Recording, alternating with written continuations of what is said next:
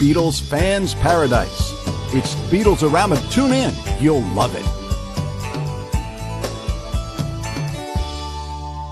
This is Pat Matthews of Pat Matthews Productions, and I want to welcome you to Beatles-A-Rama TV, your favorite interviews and video all in one place, right here on Beatles-A-Rama TV. Beatles-A-Rama TV is on the air.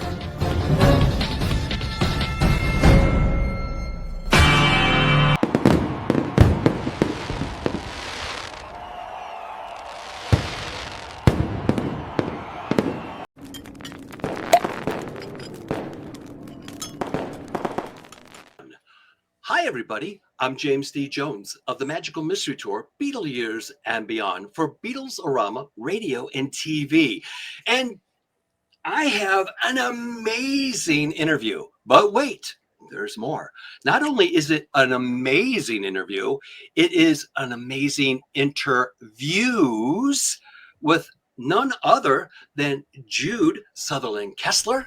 Hi guys, this is Jude Southerland Kessler, author of the John Lennon Series, rocking right along with you to our favorite music here on Beatles-A-Rama. Hey, while you're listening, go to johnlennonseries.com and order Should Have Known Better, Volume 4 in the John Lennon Series, a researched, documented narrative of John's life, with the Beatles, of course, in 1964.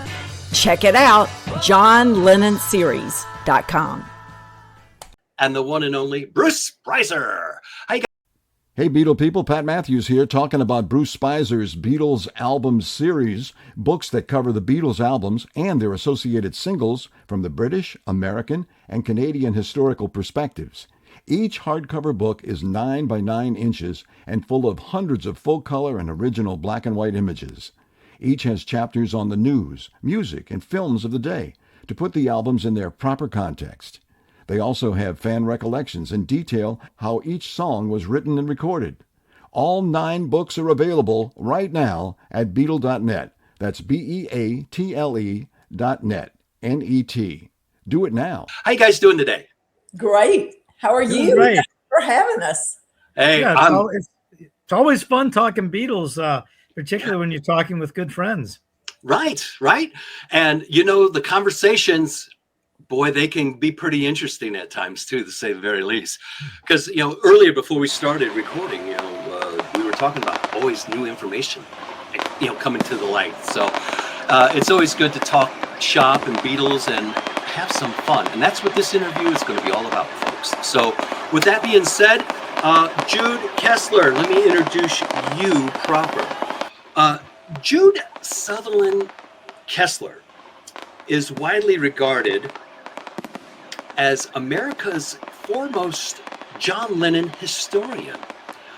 Distinction earned not through mythology, but through nearly 4 decades of meticulous research, human insight, and a narrative integrity.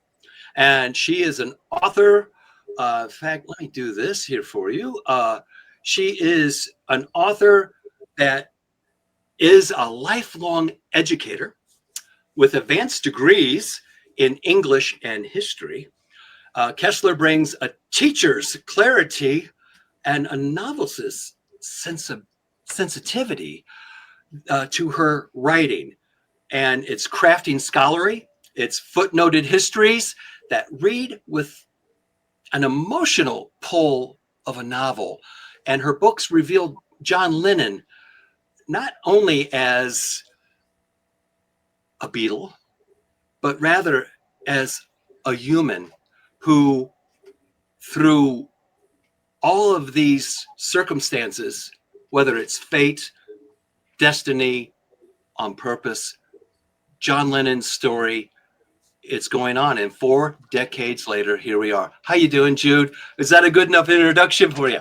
Thank you very much. That is really, really kind. But I have to say, I am one person. You know, David Bedford. I'm sure that you David and talk with David. But David did a book called The Fab 104 because the Fab Four, you know, was all the people around them. And I cannot do what I do without the work that everyone else has done. I mean, first of all, I've got a team of editors who really, really help. I've got a research assistant who helps.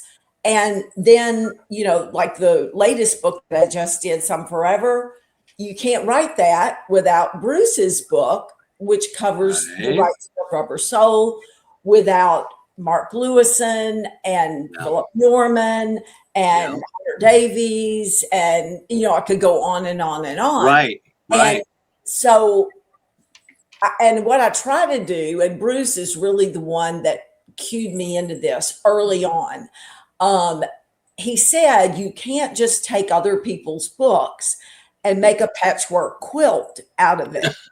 Right. There has to be more. And so I try to do interviews with people like Beryl Marsden and PJ Proby were in the recent book, and Helen Anderson, who stayed close friends with John into 1965. So all of these people, you put them all together, and especially all the work that my husband does with the cover art and all of the business. I'm one and on a team of people. Yeah, it's truly a team effort.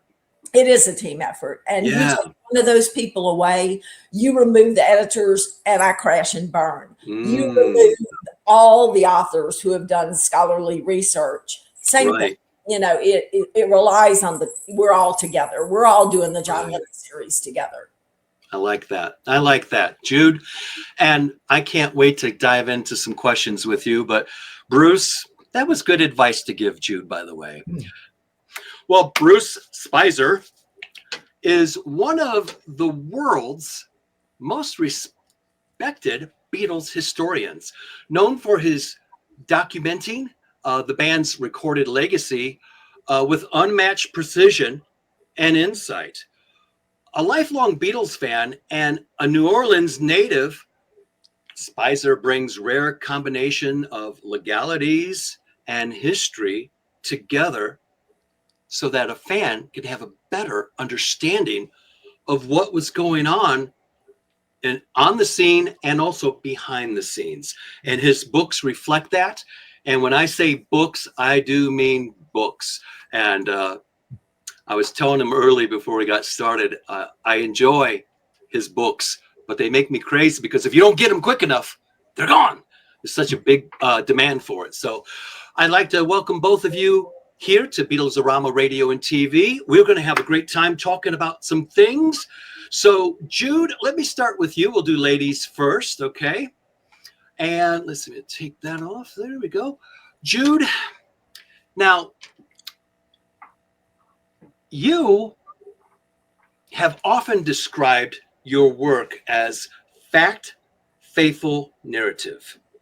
How do you balance emotional truth with historical restraint, especially when the temptation to dramatize Lennon's life must be so strong and tempting?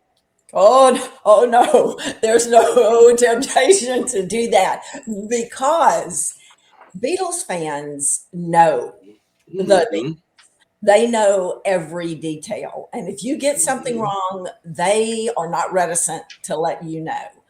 So my greatest fear is veering off the factual path. Do not add any wit to what is fact, because somebody will say, hey, wait a minute. How do you know that? Where'd you get that?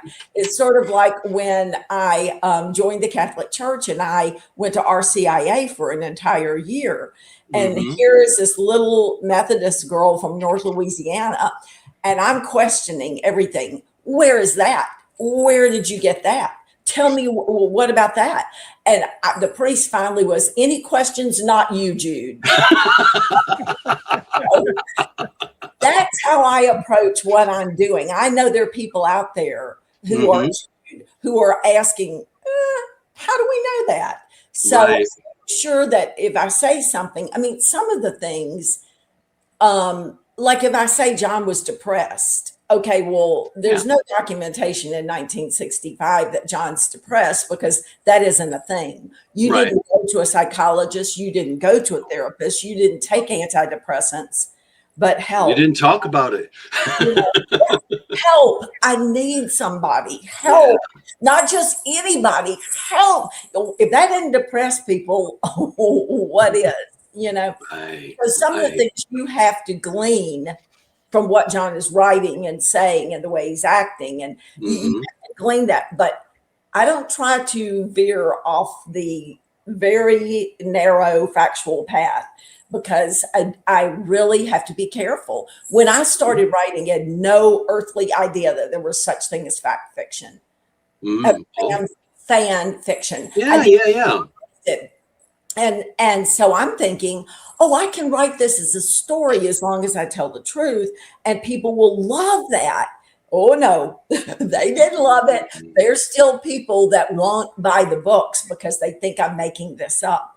So I'm very careful to stay right on that path.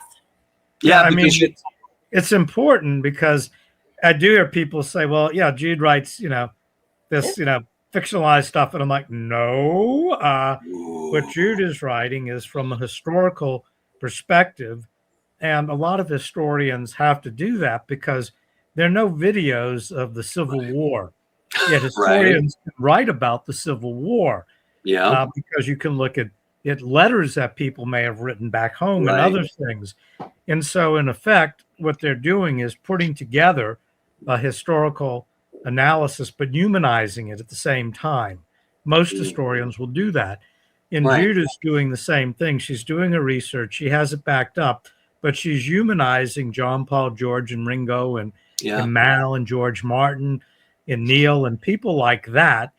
And, not making it up or winging it, but giving them some character as well. And in what she does, I mean, I was on law review at Tulane, and we had to footnote. I mean, if I put in there that the sky was blue, the editor wanted a footnote.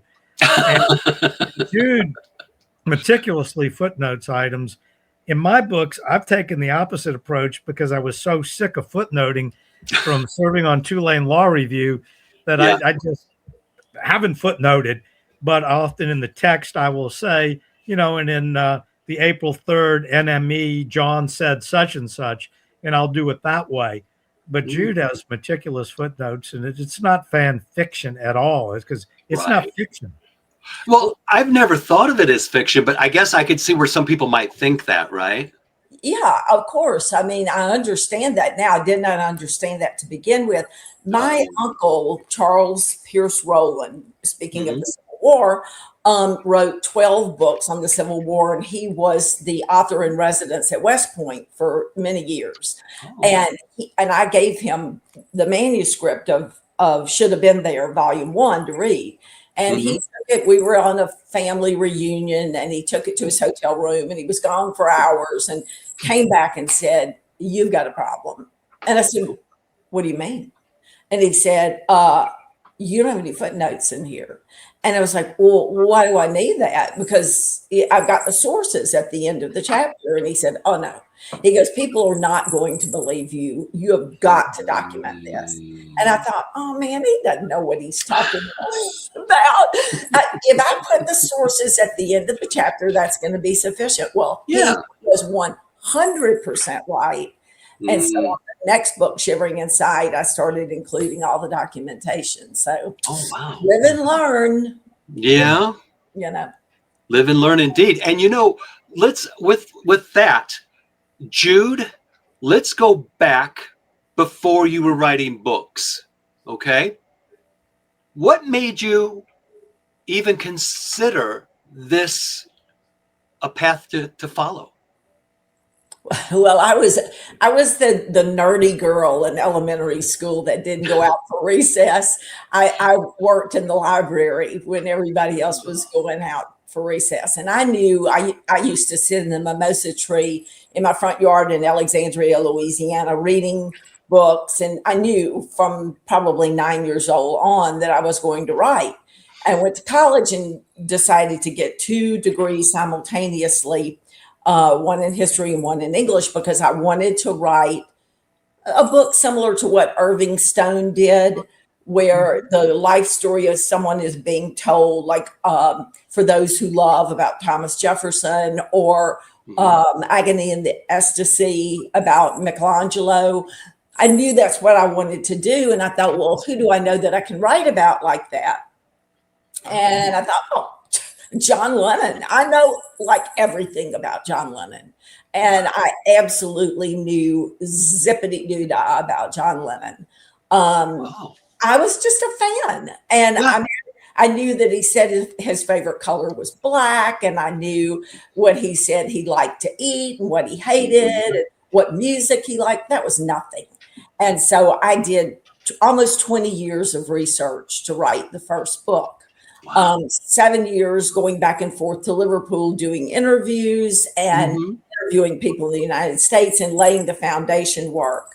So I got my master's degree at University of Maryland in English, and then I went on to get a specialist degree and just stopped and said, I can't do this anymore. I have got to just slow down, because I was pushing through. I did college in 3 years, and then went straight into the master's program, straight into the specialist program. And I said, I've got to stop. So I stopped and taught school, but always waiting to write that book. That's what I think I'm here for. Just like that was your calling. Yeah, that's what I came to do. So. And you just wrote one book, Jude? Yeah. I know that feeling. Yeah, I'm just going to do the one book. All right, I'll make it 3. All right. And I think now it's not going to be 9. Clearly, 5. Book 5 is 2 volumes. So you've got 1,600 pages on 1965. That's just 1965. So it's clearly not going to be 9. 9 would have been cool because that was his number. It will be 9 if you count it a special way, and that's okay. Right. I like that. I like that. I do. Now, Bruce, let me go to you here. You've been doing this a long time, Bruce. I'm here to tell you. I've been doing this 1,432 years. 40 years. Yes. Anyway. Now, you've written extensively about the American versus the British Beatles releases. Do you think the U.S. record configurations altered the emotional relationship American fans had with the band? No, I mean, I think the Beatles would have been successful no matter what you did to a certain extent. But I think the brilliance of Capitol with the Meet the Beatles album was it was the perfect Beatles album to introduce the band to America. Yeah. Capitol's philosophy was hit singles make hit albums. So let's go back to the early 60s. What was an album aimed at the teen market expected to sell? Not very well. If it sold 250,000 units, that was a grand slam. And so the idea was that if we put a single on it, because kids listened to the radio and they would know the songs, and they would buy the album for the single. And many albums were constructed that way, in that they would have one, maybe 2 hit singles on it, and the rest was filler. But with the Beatles, as Jerry Lee Lewis would say, all killer, no filler. It was really great stuff. And so what they did with Meet the Beatles was they said, okay, well, in programming it, we're going to take tracks from With the Beatles, and we're not going to put 14 songs out in America. We're going to only make it 12. Right. And we have to have our hit singles on it. And that would be I Want to Hold Your Hand. And I Saw Her Standing There. And I know some of you are going to, wait a minute, Bruce. You don't know what you're talking about. This Boy is the flip side. Not in the U.S. Now, why did Capitol do that? Simple. Because they were marketing the Beatles as a rock and roll band. And This Boy was not a rock and roll song. So they wanted rockers on both sides. Particularly, what if people listened to I Want to Hold Your Hand and thought, I want to hold your hand. I don't know about that.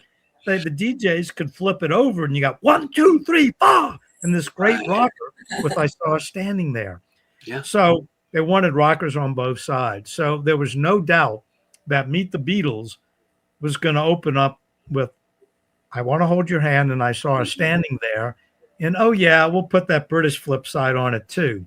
Yeah. And what they did was they took all of the songs written by members of the band, including George's song, and that gets us 11. And to get to 12, we'll take one of those 6 cover versions, not those obnoxious rock and roll songs, something mom and dad could like Till There Was You, because that's from the Music Man. Right.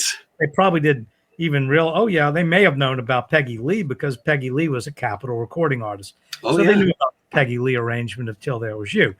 So that rounded out the album. And why would Americans be interested in hearing a British group do Roll Over Beethoven when they could hear Chuck Berry do it? So that was the idea behind the album, and it was perfect. And it was a great introduction to the States and the listeners. It was an A+. And here's the thing about it. You know, how important was that from a sales standpoint? All right, you're forecasting because you know the Beatles are going to be big, that 250,000 units. It sells in less than 3 months, 3.6 million.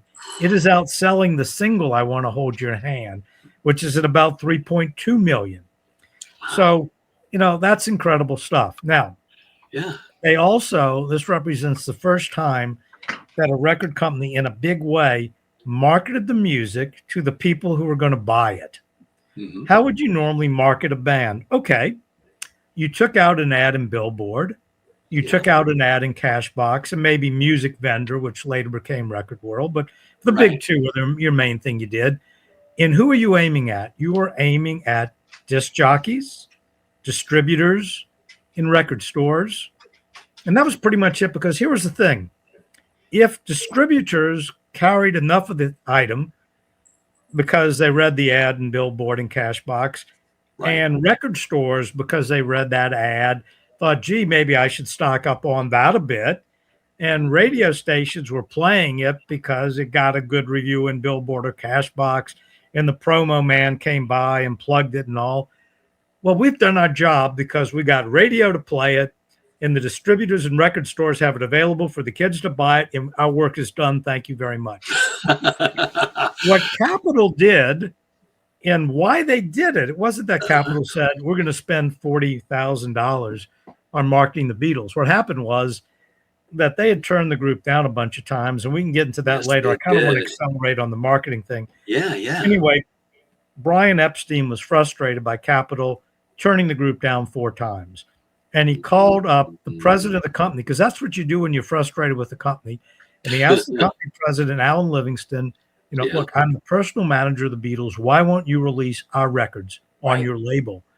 And Alan Livingston said, to be honest with you, I haven't heard them yet. I have this guy named Dave Dexter, and he's in charge of international A&R. And Brian said, well, will you listen to him? And Alan said, yes, I will. And so he told Dexter, you know, I could just see him sitting in the Capitol Tower, hitting the intercom. Hey, Dex, can you bring me up a couple of those Beatle records? And Livingston says, Dexter told him, Alan, they're nothing. They're a bunch of long-haired kids. And he said, just the same, I want to listen to it. And he listened to it, and he heard something. And so he called up Brian, and Capitol was a subsidiary of EMI, which the Parlophone label was part of EMI in the UK. Which meant they had an absolute right of first refusal. And, you know, and Capitol could accept and put this out if they wanted to. And so Livingston tells Brian, well, we'll agree, we'll put out, you know, a single. And Brian runs a bluff, and he says, well, no, we're not going to let you put out a single unless you market it properly and spend $40,000 promoting it. And Livingston, for whatever reason, agrees. Now, $40,000 is a lot of money, but in today's money, that's over $400,000. Wow. So that was unheard of. The normal budget for a single were 2 ads in a magazine, which might have been a couple of $100. And so what they need to do is develop the Beatles campaign. And because the Beatles are British, they get the idea, the Beatles are coming, the Beatles are coming. And they also get the idea, we're going to have these magazines, and we're going to call it National Record News, and it'll be nothing but Beatles. We'll get kids to put it in record stores. We'll have these stickers of Beatles are coming. We'll do all these things to promote the group because we got to spend $40,000. you know, and it pays off handsomely. But even Capitol says, look, yeah, we put a lot of money behind this, but if the talent wasn't there, it wasn't going to sell. Right. So now, why am I so interested in the marketing? Jude told you about her educational background, so I'll give you a little of mine. That's what I was going to ask you. I wanted to get like Jude. Look, why am I going to spend 4 years as an undergrad when I can spend 3 years as an undergrad? And why am I going to spend 3 years just getting a BA in economics when I could also take that first year of graduate business school and do a combined undergrad graduate degree, so that in 3 years' time, I have a BA in economics. The next year, I finish up business school and I have an MBA, and then I'll go to law school for 3 years. Yeah. So in 7 years, I got 3 degrees. Wow. And then rather than jump into it, I clerked a year at the Louisiana State Supreme Court to kind of give myself a little bit of time to relax before going in the fast track of a downtown law firm in New Orleans. Right. So that was kind of my background. But one other key thing, and that was I loved music from a very early age. My sisters were older than me, and they had radios. My first 2 sentences were, Daddy, I want an ice cream cone. And he was so impressed, he took me to get an ice cream cone at the drugstore. My second sentence was, Mommy, I want a radio. And they went out and bought me a radio. So when I was 2, I was listening to the radio, and I only ever needed about 5 hours sleep. So I would be listening to music constantly because, the radio would be on all night long. And when I would wake up, it would be on and the whole bit. Yeah. So I had that. And then when I was in high school, I was photography editor. Remember back in the 60s, our cell phones did not have cameras, right? Right. So we didn't have cell phones, obviously. That's right. So I had a Nikon camera, and I love to take the photographs and don't take my Kodachrome away. But, basically, my parents were going on a trip to East Africa. My dad was a doctor, and it was going to be a medical convention in Nairobi. My dad went to the store and got a Nikon camera because he wanted to take pictures, because after his convention, we were going to go on a camera safari and see these beautiful African animals. And so my dad thought it'd be fun, and he took some pictures, and he showed me how to work the camera, and I took some pictures. And when the pictures came back, my dad said, your pictures are much better than mine. You have an eye for this. The camera's yours. And he went and bought a second Nikon camera for himself. Aww. And so I really enjoyed taking pictures, and I ended up being the photography editor for my high school yearbook. Now, why is that important? Well, because I like a simple, logical, visual layout that makes sense. Mm-hmm. And I remember one of the first Beatle Fests I was at, some publisher, a guy who worked for Random House or one of those places. Yeah.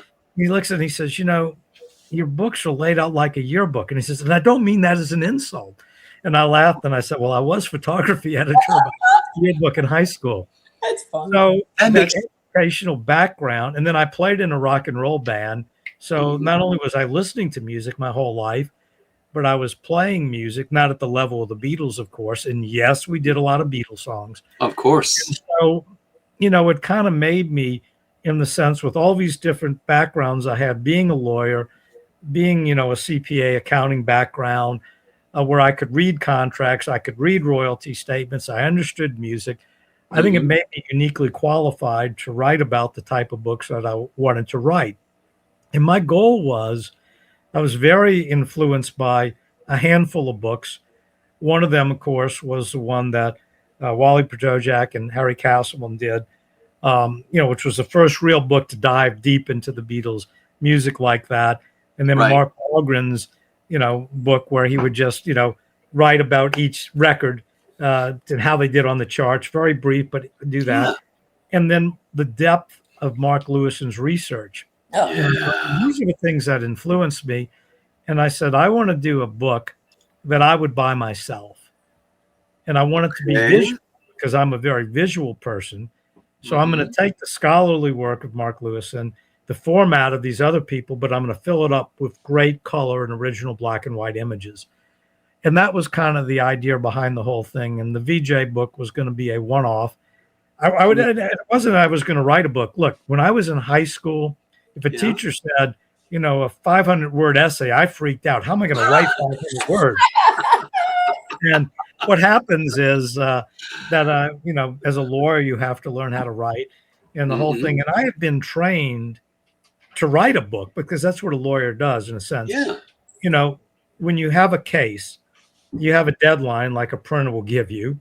You do what's called discovery. That's what Jude does in her books, discovery. Yeah. She's discovering facts because she's interviewing people and she's doing research, reading NME and all these other magazines and newspapers that came out at the time. And we're doing original research. And then once we've done that, we got to write it up in a way people can understand it. Right. So Jude, you'd be a great lawyer based on your book.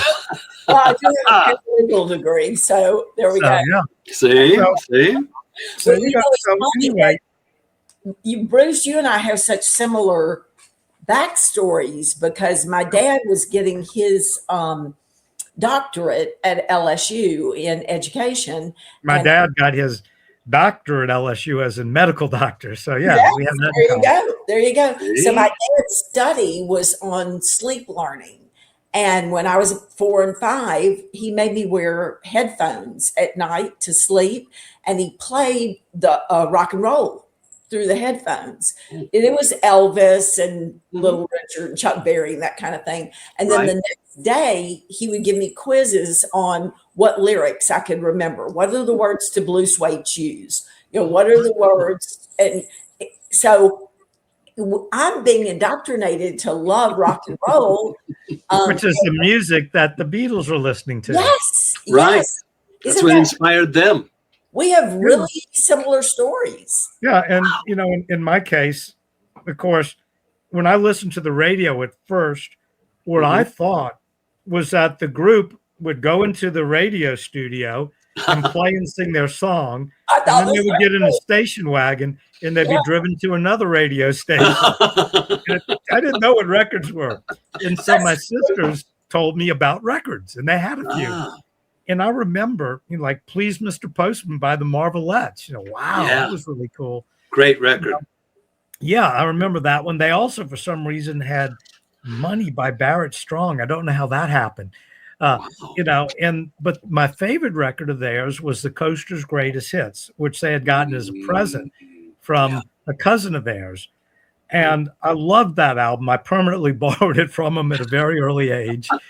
And, you know, and what I noticed about it when I was reading the liner notes, because as a kid, as soon as I could read those notes, I noticed almost all these songs were written by two guys, Jerry Lieber and Mike Stoller. That's right. When I got Meet the Beatles, I looked at the back and, man, most of these songs are written by John Lennon and Paul McCartney, and they're in the group. How cool is that?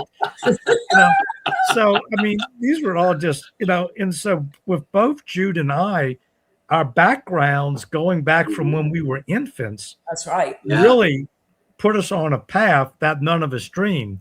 I mean, Jude, if in high school someone had said, I know you like the Beatles, I know you think John is great, but I predict one day you will interview Bill Harry, who did, you know, this magazine called, you know, over in Liverpool, and you will actually write books about John Lennon. You would have wondered, what the hell are you thinking?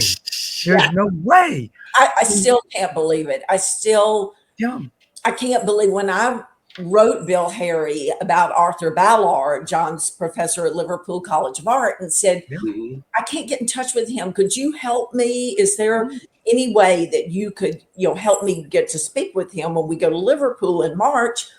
And Bill writes back and says, absolutely. What are you doing? And when I told him, he said, how about I write the foreword for your book? We went out that night and celebrated because I still can't believe it. It just like, what kind of life am I living? No, I mean, we've been blessed. I mean, you know, and when I did my book, The Beatles Are Coming, I tell people, you know, that in doing the research of this book, you know, I interviewed 3 of my childhood heroes, and people thinking, oh my God, did you interview Paul and Ringo and George? And I go, no, Walter Cronkite, Mike Wallace, and Edward Newman. Yes. Because, you know, I was a news junkie as a kid. We had one of those small black and white TVs that was on a stand, and we'd roll it into the dining room, and we'd watch the CBS Evening News with Walter Cronkite while we were having dinner. Yeah. And that stuck with me. And, you know, in doing the book, you know, I mean, I have to pinch myself. I'm going to be interviewing Walter Cronkite, Right. and then, getting Walter Cronkite, like Bill Harry, to write the foreword to the book. Wow. And these were things that, we've been very fortunate, but also, I do believe you can have luck come your way. And Jude and I have had a lot of luck come our way. Yes. We've had a lot of people help us. Yes. Yeah. But you also have to take advantage of those opportunities. And I know Jude's done that, and I know I've done that. Oh, yeah. And there are times when you might be researching something and you've already said, I know this is, what the answer is. Yeah. And when you do your research, you find out, no, that's not the answer at all. Right. Yeah. And vice versa. You all of a sudden go, Eureka, I can't believe this is completely different. I really found out something new, and I kind of thought it was that, but now there's the confirmation. There it is. There it is, and it's just so exciting. Jude, and I'm going to ask you a question that I know either James would ask or everybody else is listening to this. What was your biggest eureka? I can't believe nobody knew that before. Now I know it, and I can't wait to put it in a book. Yeah, I think mine was, and you and I have discussed this many, many, many, many times, but I'm reading the anthology in early 90s. And Paul says, yes, we were on the Roy Orbison tour bus, and we are inspired by Roy, but competitive with Roy. And he's singing these songs like Pretty Woman. Well, it wasn't Pretty Woman because unless it was the germ of Pretty Woman, because that doesn't come out until 64. Right. And they're touring with him earlier. And, and we're so competitive that we sit down and we write the song and we record it. And it is From Me to You. Well, of course, it can't be From Me to You because From Me to You is recorded on the 5th of March. It's in the can. That's done and dusted by the time that they're on that tour. So what is the very next song that they hone and really brush up in Newcastle on Tyne, in that hotel room in Newcastle on Tyne? It's She Loves You. That's what they're working on in the bus. And Roy Orbison has Pretty Woman, yeah, yeah, yeah. Yeah, yeah. There's so many, they work on it for several weeks and then they brush it up. So when I felt like that song had some weeks of germination and improvement and polishing. And sure enough, when I read that, I was like, oh, there it is. There it is. They were working on it for several weeks. Yes. Oh, nice. They go into the hotel room and get it all ready to go. And yes, the next day they go to Forthland Road and they sing it for Jim and he, Yes. Right. So for people that are new, he says to them, why use this Americanism? Can't you say yes, yes, yes? And they're like, oh, no, Dad, no. Dad, you don't get it. and you wonder what things, and the other thing too is not only that, but obviously Orbison, but also the Marvelettes. Right. Wait a minute, Mr. Poe. Oh yeah, That's right. And so they're working on that. It's not, the Beatles did one thing that Bruce and I do. It is our mantra, and that is work. Work. He works a full-time, busy and intricate job, and then comes home at night and works on books. Yeah. We go to every convention. We do everything we can do. Most people who self-publish sell 80 books. That's the statistic. Wow. We've sold 1,500 books is, just unheard of for self-publishing. It is. And so, we really work to make sure that doesn't happen. And the Beatles mantra was work. If it means something on the tabletops in a strip club and covering up with the tablecloths as they did in Liverpool, Janice, the stripper, Alan Williams Club. If it means living in the Bambikino, this behind a theater in a concrete building where they're bathing in the sink of the theater with cold water, no hot running water. They're going to do it. They're going to do whatever it takes. And so it's not surprising that they worked on this song for several weeks before it became one of the biggest hits. So that was so exciting. So exciting. I mean, and the other thing, mantra of the Beatles was give people good value for their money. That's right. And that's something that Jude and I, when we're doing books, make sure we're doing. You know, I mean, Jude's books are, big, and when they're not big for wasted things. She's putting in a lot of information. She's showing you meticulously what my sources are, so people will, won't say, gee, I bet she made that up, what does she know? And all that other foolishness. Right. And, and in my case, I'm doing a hardcover book, and I'm putting in 200 to 300 images that are, throughout the book, rather than, 8 pages in the middle. Yep. And they're all either full color or original black and white. Right. And to me, well, thank you, Jude, for showing. Yes, indeed. The color, there it is. The color pops off just as Pop Weekly. That was just a fortuitous page turn. And the idea behind it is that, I want to do a book that has the scholarly approach that Mark Lewinson influenced Jude and I to go down that road. And also have this great visual appeal because, I was your book editor and, I grew up reading I learned to read from reading comic books. Comic books are very visual, lots of color.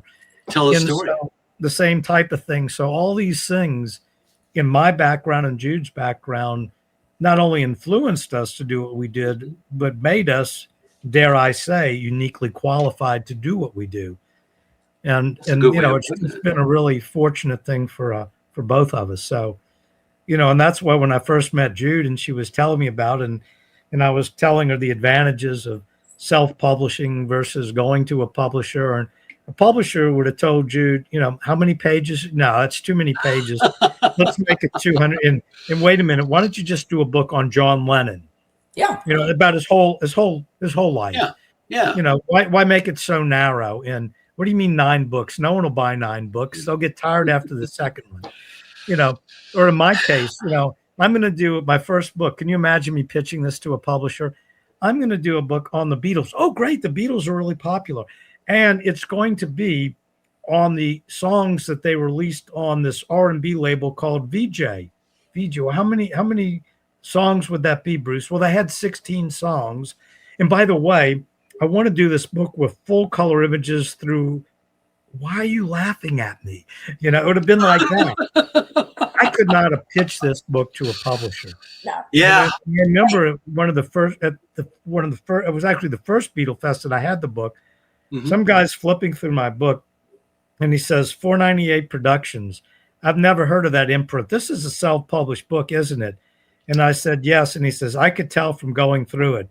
And he says, I don't mean that as an insult. He says, my company would not have done a book like this. You've got full color throughout. That had to be very expensive. And at the time of that first book back in 1998, that was very expensive. Yeah. It still is expensive, but it was really expensive back then.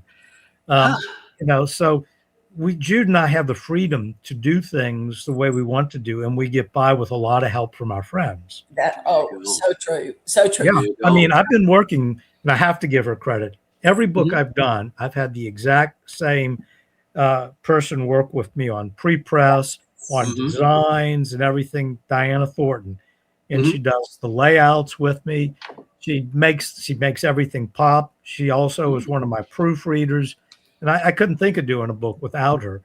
And I've been very fortunate to have the same person. And when I did the Beatles album series, by necessity, I needed other people to write chapters in the book. I had Al Sussman, Bill King, Frank Daniels, and Piers Hemmingson. And I kept that team together for 9 books. And that's not easy to keep a team of people together. And I'm really proud that I was able to do that. And I got great chapters out of all of them for 9 books. Nice. Couldn't have done it without him. Al's a great guy, too. I got you to do a chapter in one of my books, plus fan recollections and others. Really great stuff. Yeah.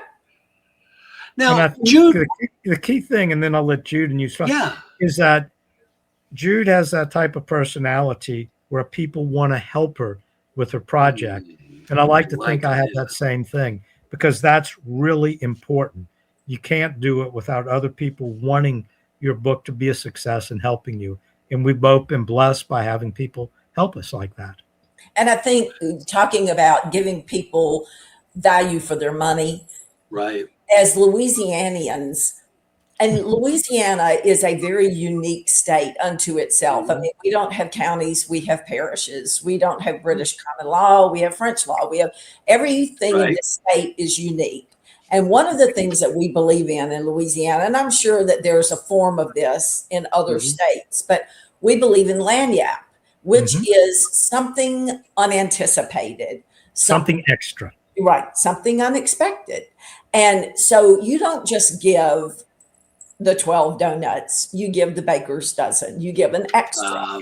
You always include something unanticipated. And so that's what we tried to do. It was just, Bruce always has posters that come with the books that fold out that, you can hang on. We can get this one. We always think, what can we give? And in my latest book, I was so thrilled to be able to include a lot of interviews at the back of the book with people who are mentioned in the book. And so you get to know them better.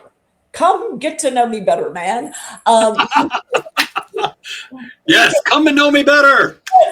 You can really, like PJ Proby, I've interviewed a lot of people. He's one of my favorite people that I've ever talked to. And he was a bad boy. He's such a character. I mean, at the end, he goes, "You can call me anytime, darling."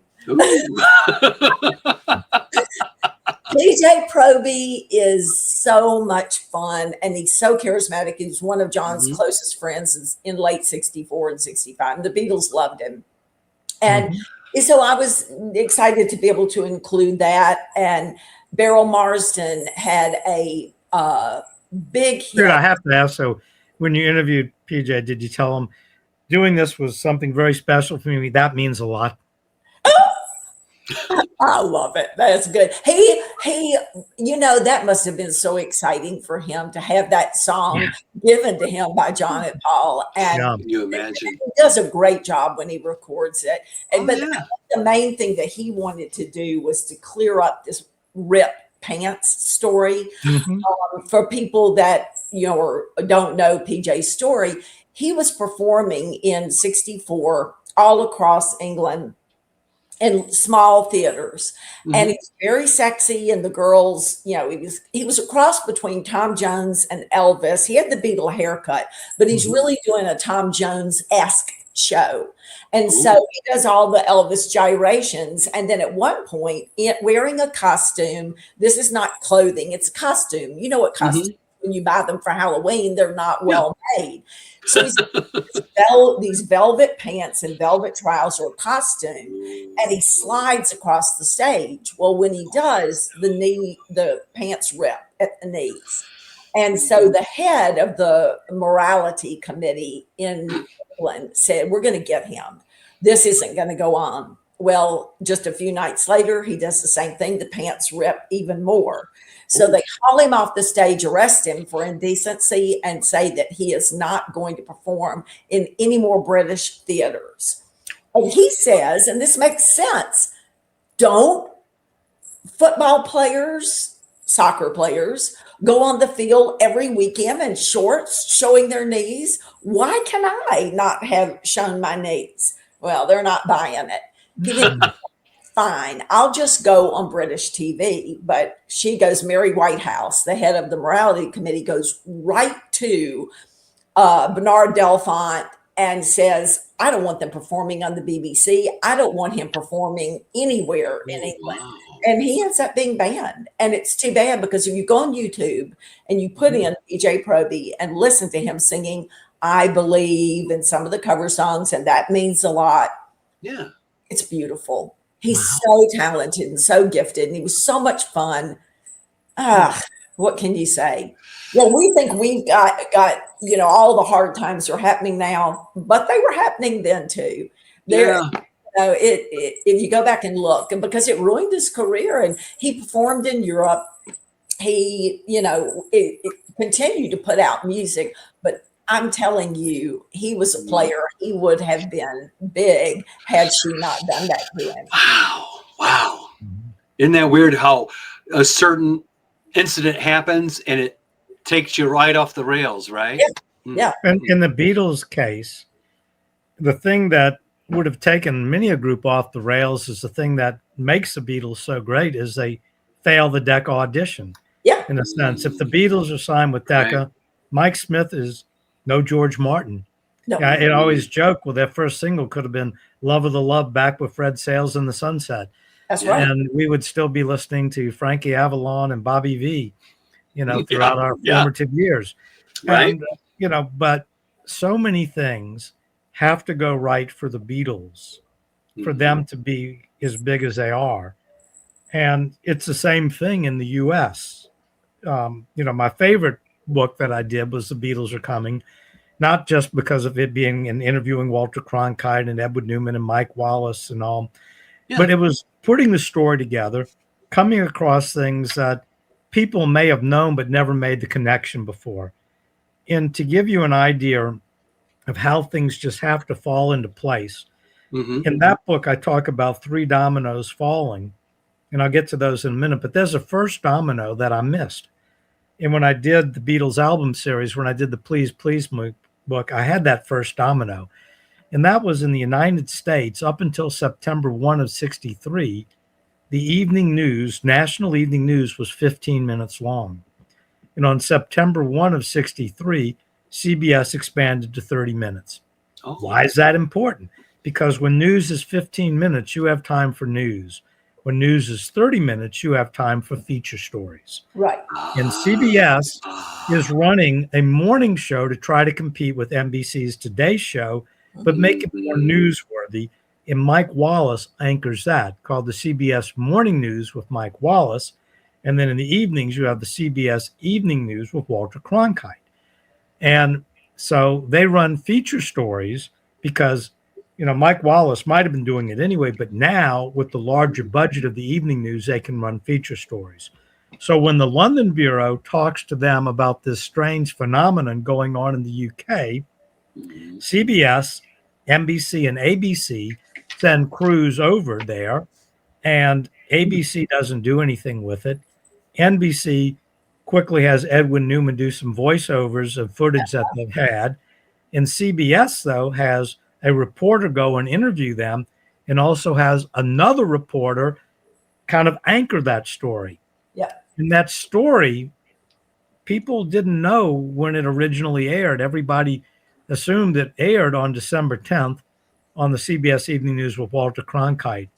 And I'm thinking, no, that can't be right because the Beatles were in Bournemouth, England on November 15th. Obviously, they would not have waited that long under normal circumstances. What's going on? So I called CBS Archives to see when the story originally ran.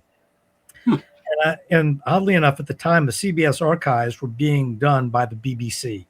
And I get this young British woman, and I give her the information, story on the Beatles. The reporters are, Alexander Kendricks and Josh Darcer.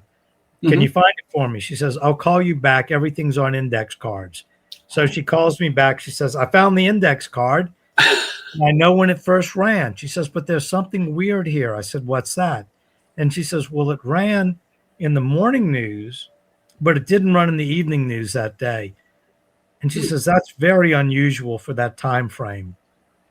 And I said, well, what was the date?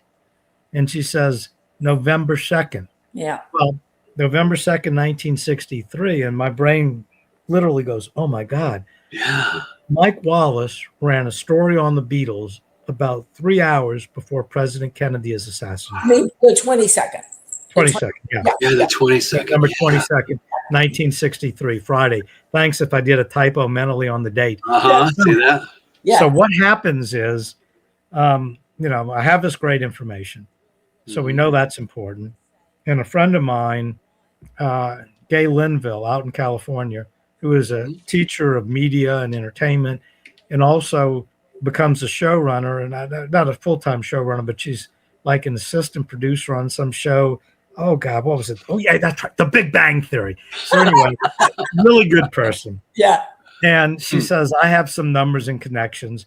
And she says, would you like for me to call Mike Wallace and see if, he'll agree to an interview? So I said, sure.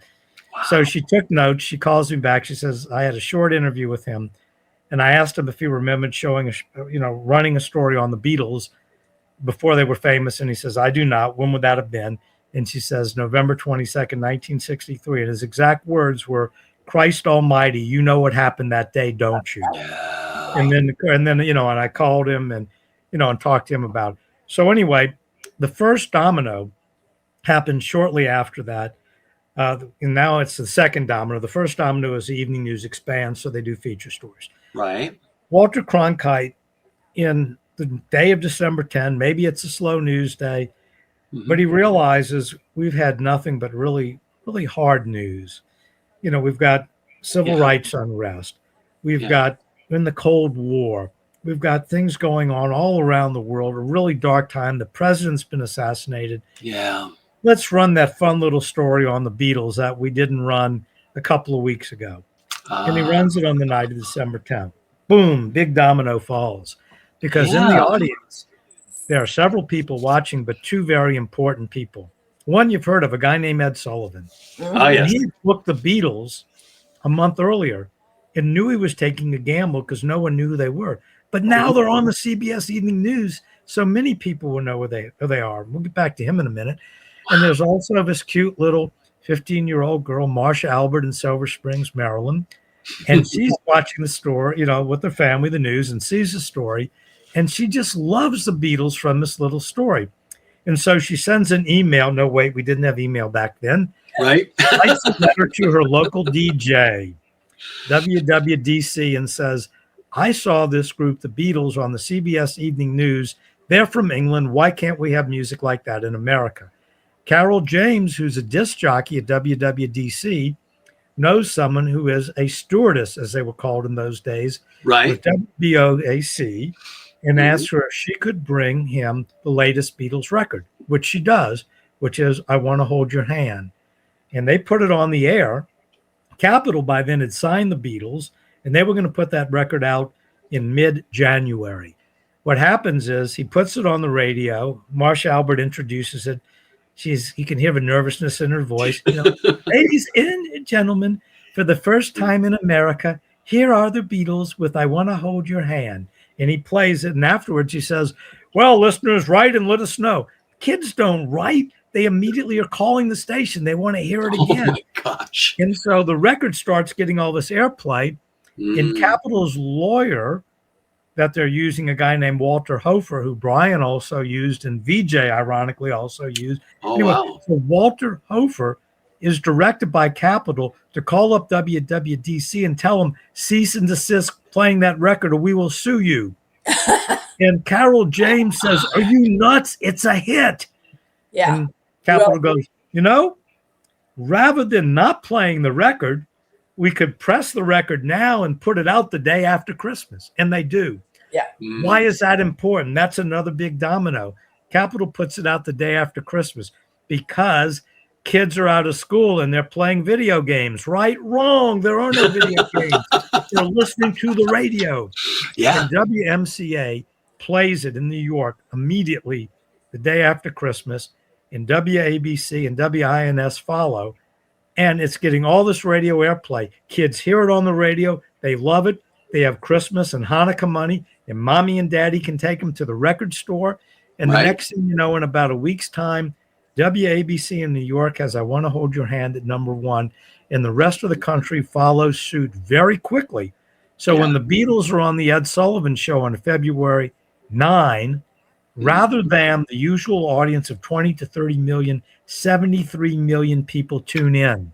Yeah. And that's that last domino. Now, well, there's a domino in between there, and then we'll come back to the last domino because in January the Beatles are in France playing the Olympia Theater, and they fail miserably. First, the press The press swarms the dressing room, breaks in the door, even though Mal, Brian Somerville, Brian, they're all trying to hold the door. They come in, the Beatles are scared to death. There's actually a fist fight. Then they go out. It's mainly men. Yes. And it's celebrities. It's kind of like the Royal Command performance. It's a terrible. Their amps are blowing fuses in the theater because they have all the wattage of a hairdryer. and I think John says that, or it may have been George. See, John always gets blamed that the press sabotage the fuses. He says that on stage. It's not a good scene. It's not a good scene at all. Yeah.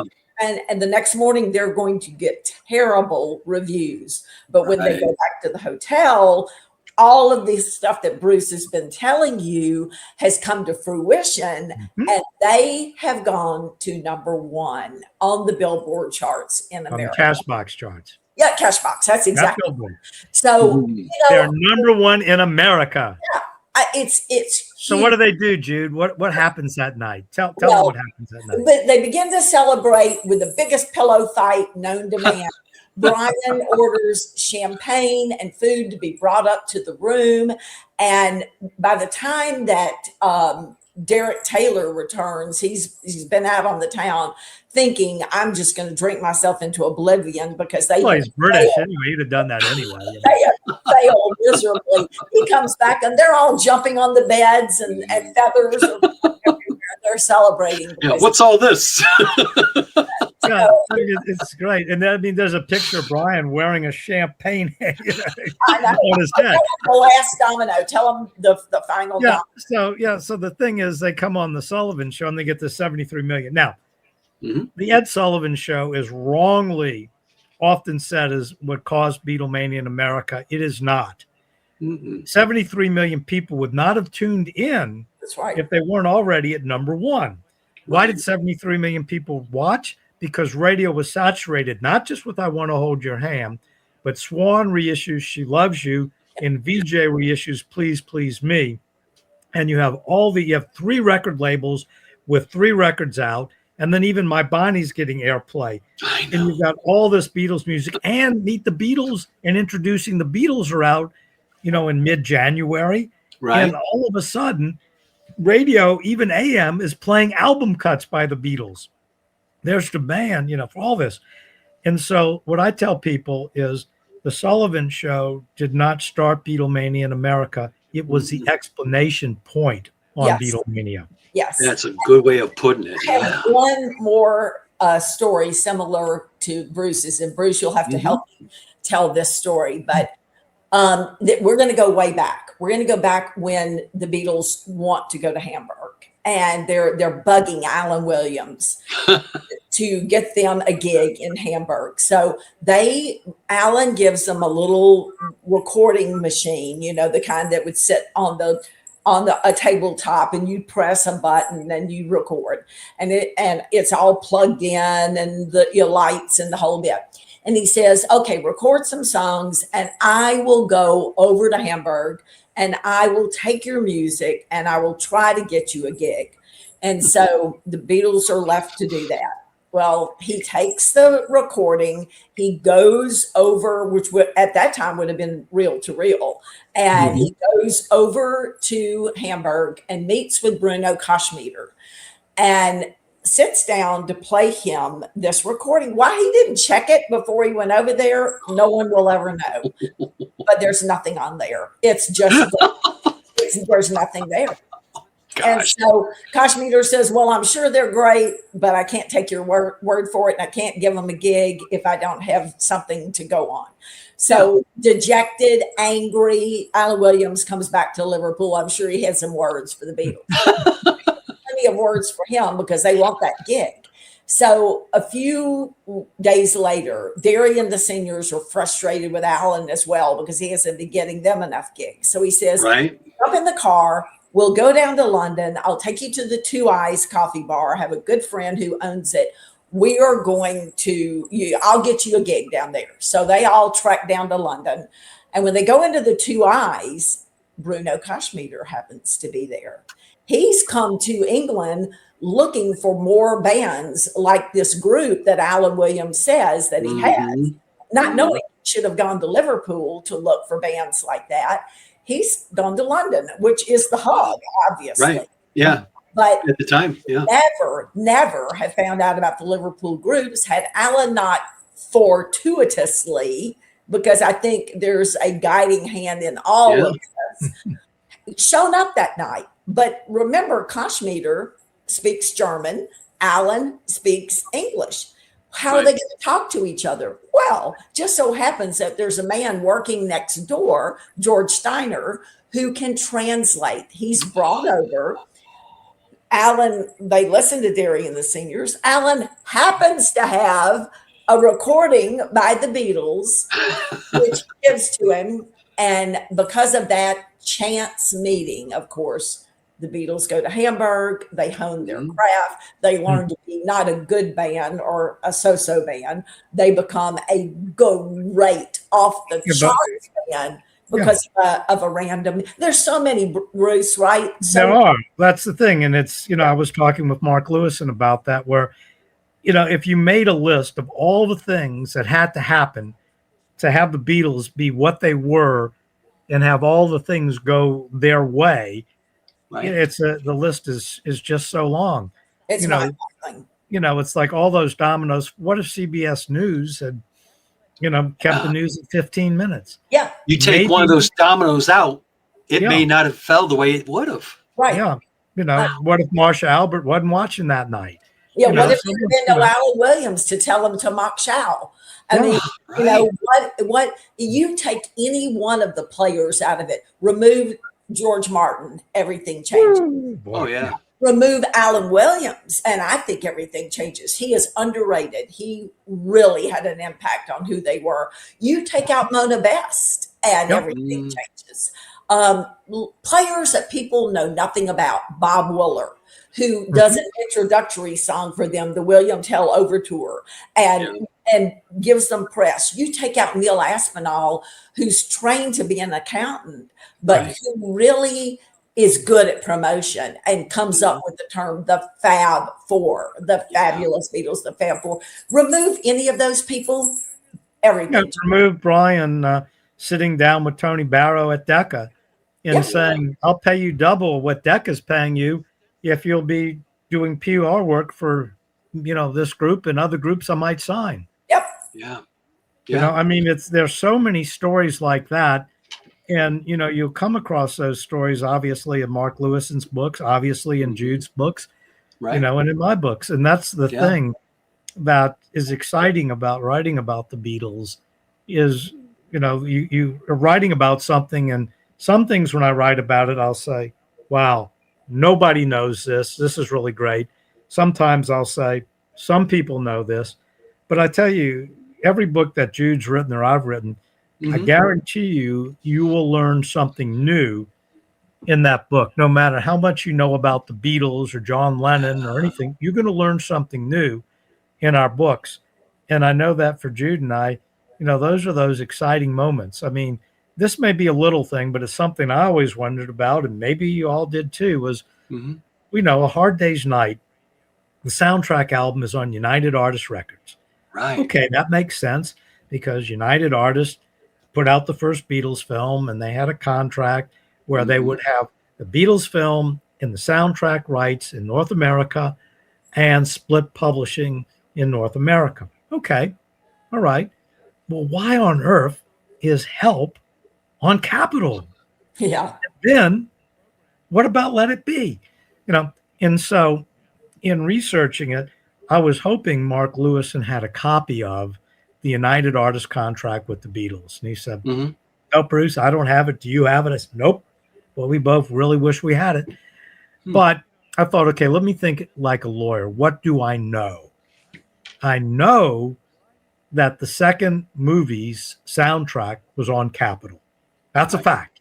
That's a fact. I also know from the George Martin Help album that the song publishing of the songs from the film Help are Unart Music and Macklin Music. That's split publishing. And I know that Let It Be, which is the third Beatles movie on United Artists, not Yellow Submarine. That is not correct. It's in many Beatle books. The quick short story there is they wanted Yellow Submarine to be that third film, so that'd be off the hook with United Artists on the 3 options. That contract. And Alan Picker, head of UA, said, nope, you're in it about 90 seconds. It's a friggin' cartoon. You owe us one more. Now, when Let It Be came around, they knew there would be no Help Hard Day's Night, and they took it. So we know the third film is Let It Be. What do we know about the songwriting credits? Is it Lennon, McCartney, or Harrison, or the whole group? What do we know about the album? It's on the Apple label, but who distributes it? United Artists Records. So what does that mean? That means that Help, no split publishing, but no soundtrack for United Artists, and Let It Be, no split publishing, but you get the soundtrack. Now, how could that have happened? We know the contract was for one film with an option for 2 more films. And we know for that first film, they had the split publishing and also the soundtrack. So that must mean, and there were articles in Billboard I came across where it was uncertain as to who was going to have a soundtrack. And Capitol didn't realize for sure they had it until pretty late in the game. What does that mean? The contract was ambiguous. This is me without seeing a contract, thinking like a lawyer. The contract had to say the film, and you get these extras, and United Artists, we have an option for 2 more films. So United Artists says, that's right, 2 more films, and they come with the soundtrack and the split publishing. And Macklin Music and Capitol Records says, no, no, no, no, no. It just says an option for 2 more films. It doesn't say you have those other rights. So what do? They can sue each other, and they can be in court, and someone will win and someone will lose. Or they can do a settlement. And the settlement they reach is for the second film, Capitol gets the soundtrack album, but United Artists Music Company gets the split publishing.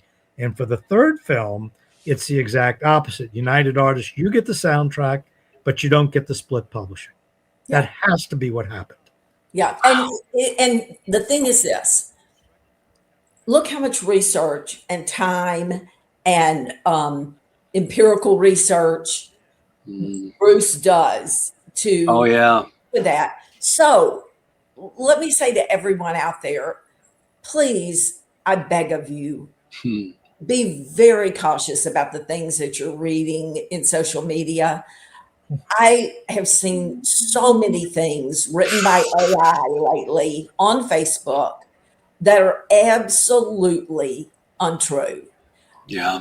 They are lengthy and they sound as if they know what they're talking about. But the things that are in these long treatises about the Beatles are in many cases untrue. Now, one exception would be Frank Daniels. Yeah, but he's not AI. He's not AI, no. Right. You can tell it's Beatles groups, not Beatles people. Yeah, and they're generating the photos. They're in some cases not even John Lennon, and then they're publishing things which are AI generated. No, I'm not talking about something that Al Sussman would post because Al knows. Yeah. I mean, he's the executive editor of Beatle Fan, or Frank, or if any person, if Bruce posts something, Ivor Davis posts something, these people know what they're talking about. I'm talking about AI generated. Yeah. They are so off the mark. They're not, because what AI is doing, it's going through everything quickly. Yeah. And as it goes through everything, it comes across Ivor and Frank Daniels and Jude and I, but it also comes across a lot of misinformation. Yeah. And AI doesn't know the difference yet. Yeah. AI doesn't know, I mean, it may see Jude's name enough, and maybe one day AI will say, well, Jude said that, so it must be true. But right now, AI is saying, if this is being said over and over again, it must be true. It must be true. Of that. Okay, so the Beatles go shopping in Harrods The Harrods closes the store for them, and they get 2 hours to come in and Christmas shop on Thursday evening, 25 November 1965. So there's not a lot of information about that. It's very scanty, and I really needed more than I had because people don't spend a lot of time talking about what happened that evening. Right. So I wrote to Copilot and said, what information do you have other than these sources? And I listed my sources about the Beatles shopping in Harrods. And Copilot comes back and says, well, it happened on Wednesday night, the 24th in 1965. I'm like, no, it did not. It happened on Thursday, the 25th. And AI says, you're wrong.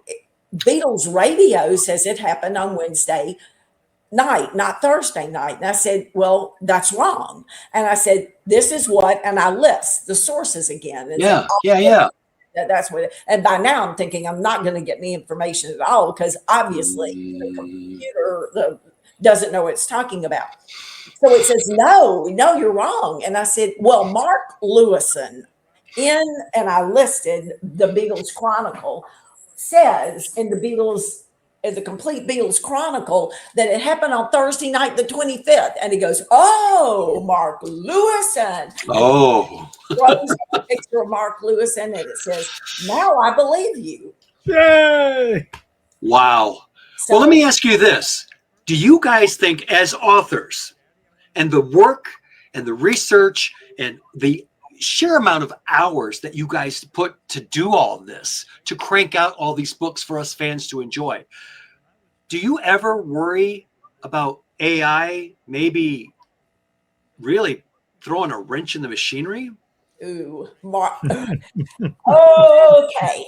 So I'm all about using any kind of research help that you can get, but you have to be extremely careful. You have to be very, very careful. The narrative on John Lennon alone is being changed. Now, let's go back to the 1980s. In the 1980s, John went from a human being to a saint.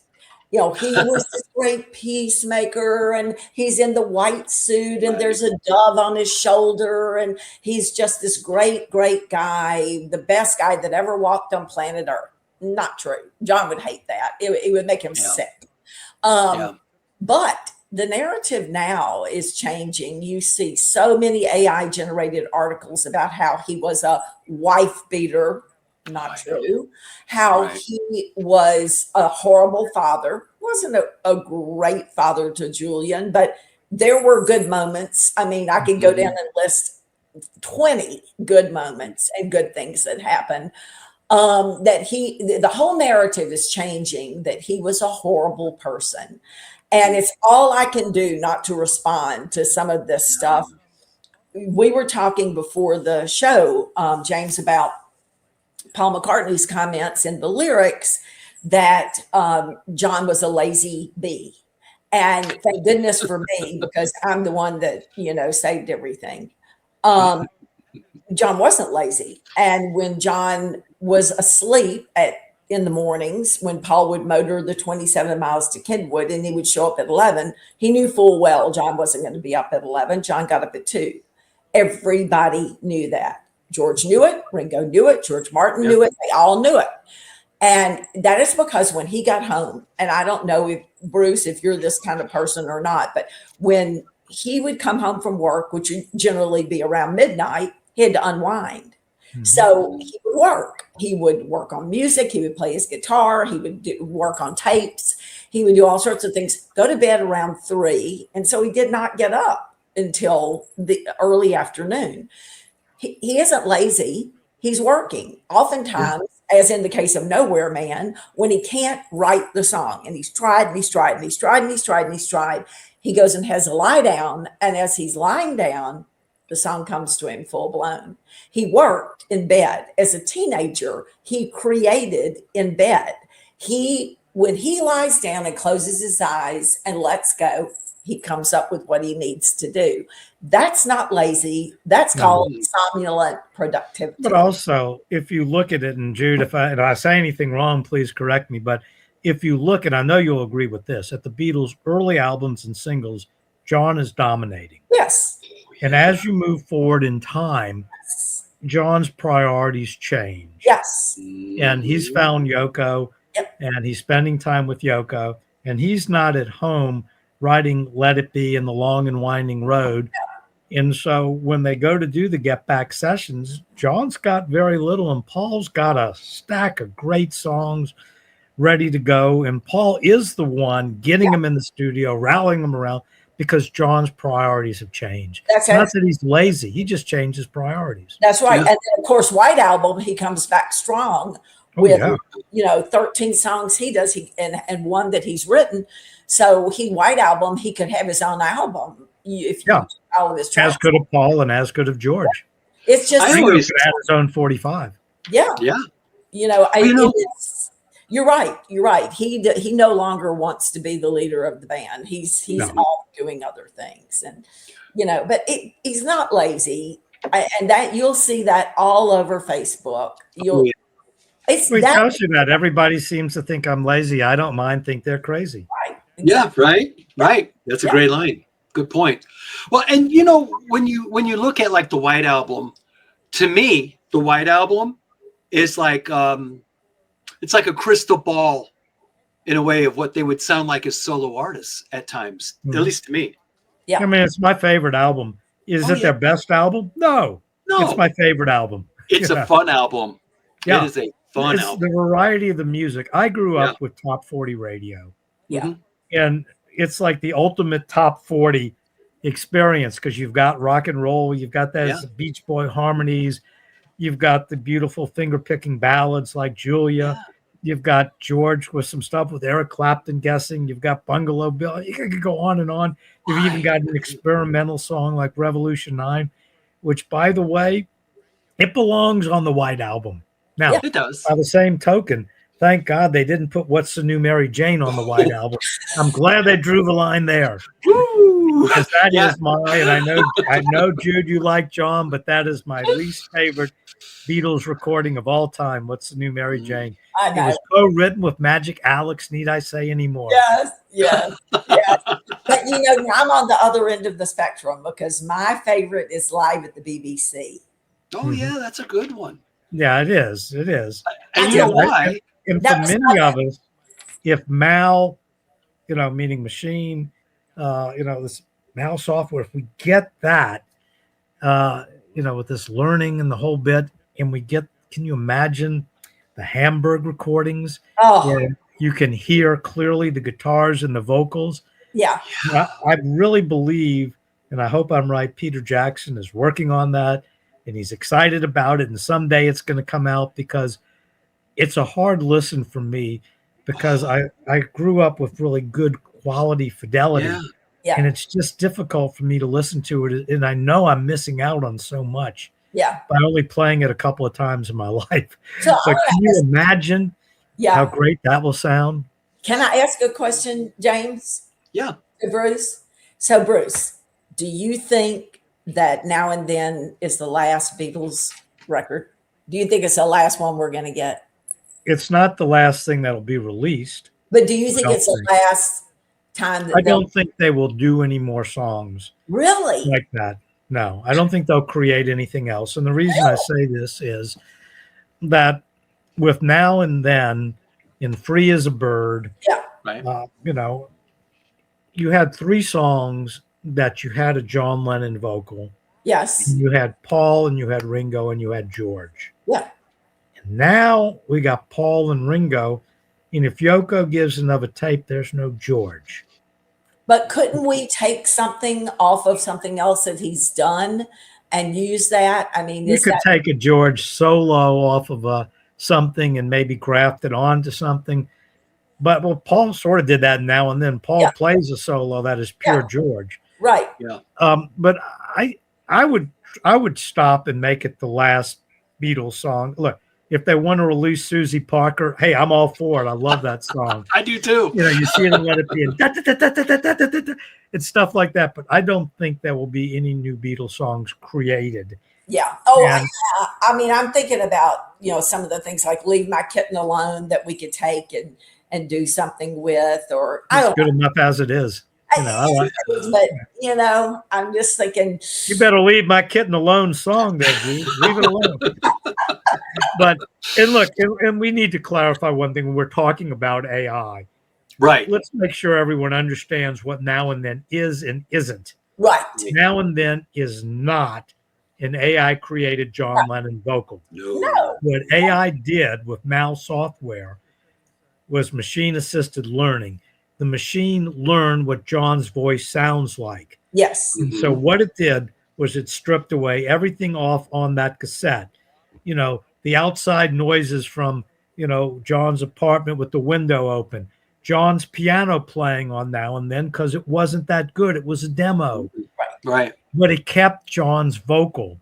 And then Paul recreated what John was playing. Right. And then you have a bridge that Paul, and Ringo work on. George did some guitar work on. They did acoustic guitars on it, when the three of them were together. And then when Paul and Ringo, and they got together and they created Now and Then, what they were doing is using different elements from multiple time periods. And they made it work well, but nothing on that is artificial intelligence created. Right. And you can tell because when there is, and there are plenty of them, John Lennon AI created songs, it's pitched too high. Yeah. It's not right. It's off. Yes. It's as they say in football, he's out of the pocket. But there's one exception though, and that is that I think somebody went back in time and put out a record by the Knickerbockers called Lies, because to me that's John Lennon's greatest. It does sound like single. John. It's not John Lennon. It's a great song. Yeah. It is. It's just like Sister Golden Hair is a great George Harrison song he never did. Oh, that's really true. Yeah. Yeah. So it's fun to see how the Beatles have influenced people before AI, obviously. And the other thing, and then I tell people, great book for someone to write. Yeah, I got enough. Anyway, to me, I view the Beatles as like the world's biggest sponge. They sponge up all these different influences. Chuck Berry for rock and roll, the Everly Brothers harmonies, country and western, all these different things. Fats Domino, of course. Let's not forget him. Larry Williams, New Orleans rhythm and blues. Elvis, of course. All these different elements, the big bands that they heard as a kid in their own houses, and all these things, and they take these things and then they release it back to the world. Yeah. And they did the same thing with, look, the Beatles didn't invent mod clothing. They didn't invent a lot of different things, but they were influenced by it and they gave it their own spin. Mm-hmm. And that's the key thing about it. Sutcliffe needs to be mentioned because Stu tells John early on, don't just have a rock and roll band. Make your band an artistic statement. Yeah. Dress differently, style your hair differently, use your record covers, and you will have record covers to display art. And he is a huge influence. He's removed early on, but his impact is so overwhelming. So there are many people that shaped the group. Oh, there's no doubt. I mean, we could go on and on for hours about it. And like David Bedford with, all these different people he's listed that are such an important part of the story. All these serendipitous things that happen that just, if they don't happen. I mean, no Beatles. This which Bill Harry did, and mine's falling apart, as you can see. The Ultimate Beatles Encyclopedia. I mean, it's 600 or 800. It's 672 pages of people that touch the Beatles' lives. Yeah. Wow. So, I mean, and that's not all. I mean, Ken Womack did a 2-volume Beatles Encyclopedia that really is slanted more towards the music. And this one is more towards the people and places. Yeah. Put those together. I mean, what Bruce is saying, this is, as I said at the very beginning of the show, for me, the John Lennon series is teamwork. For the Beatles, it's teamwork. For Yeah. Bruce's books, he's got Frank and Al and Piers, and we all have to work as a team. Oh, yeah. Yeah. And and there's just so many things, I remember my favorite story, and it's funny because, you see someone will put out a book on the Beatles and they'll focus on, oh, there's this really great story in there that Paul got this woman pregnant, blah, blah. And Oh, yeah. And I'm like, I could care less about that. And then I'm reading Mark Lewison's 2-volume thing, and I come across a story in there, and I'm like, oh my God. The reason George Martin produced the Beatles is because he was being punished by EMI for having an affair with his secretary and for demanding that he wanted to, be compensated differently and be better compensated and get a piece of the action. And he's being punished, and he has to put out a record by the Beatles to satisfy the publishing division. I mean, my God, I'd love to be punished that way, And you think about it, what if George Martin, what if he had been more discreet about the affair he was having with Judy? What about then? Maybe he doesn't get punished with the Beatles, and maybe the Beatles are given to some other. Maybe Norrie Paramore gets the Beatles.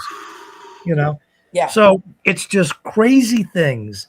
I tell people the Beatles' greatest failure was a deck audition. Thank God they failed. Yeah. No joke. Thank God George Martin was punished for having an affair. Yeah. What if Uncle George doesn't die when John is 14 and a half, and he has no male role model to rely upon? And so Julia steps back into his life, his mother, and starts teaching him to play the banjo and then the guitar, and playing her American rock and roll records for him, and telling him, you have music in your bones, you should start a band.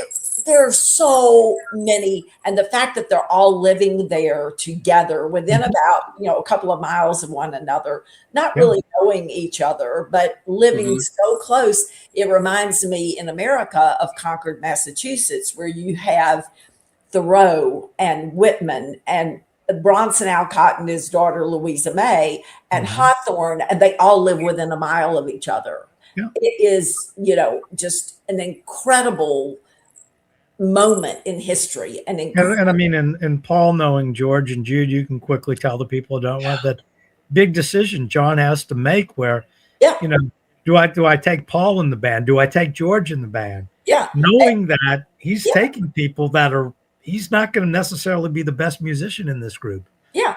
And because Paul is good looking and he's talented and he's smart.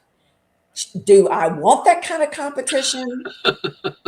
It takes him 3 days to make that decision because he's a coup waiting to happen, that boy. He's dangerous. I'm going to have to keep my eye on him.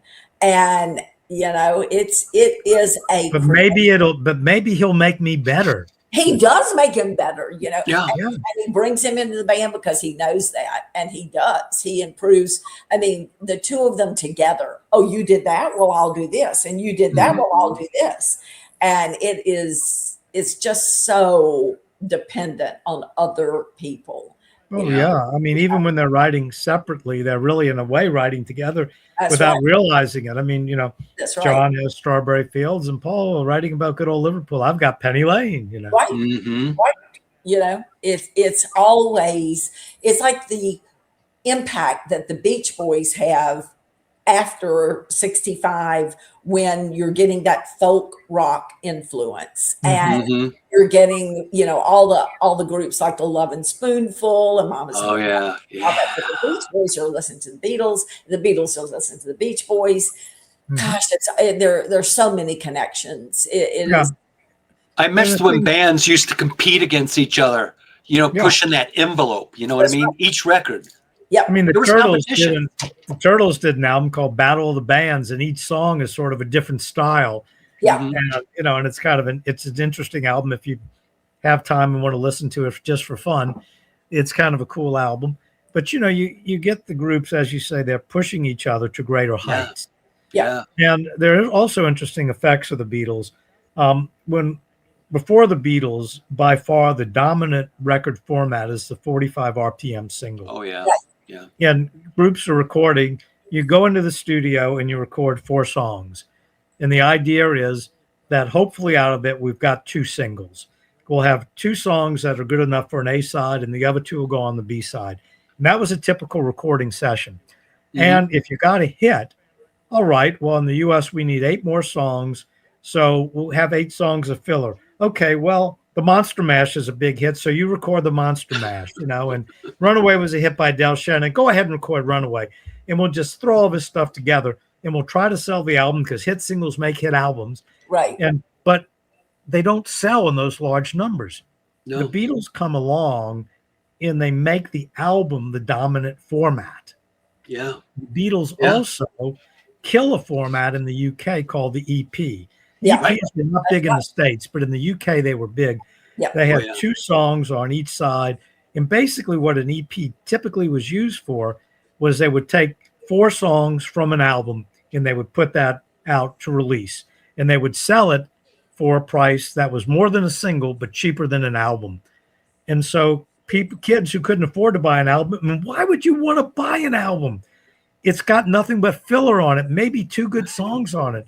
Whereas I can buy an EP and it'll have, the best of that album and I'll save a bunch of money. And all of a sudden the Beatles are putting out these great albums. So someone's like, by the time they get to like the Nowhere Man EP, it's like, okay, so I've got 4 songs from Revolver, or I've got 4 songs from, Rubber Soul, or 4 songs from Rubber Soul. So what? Yeah.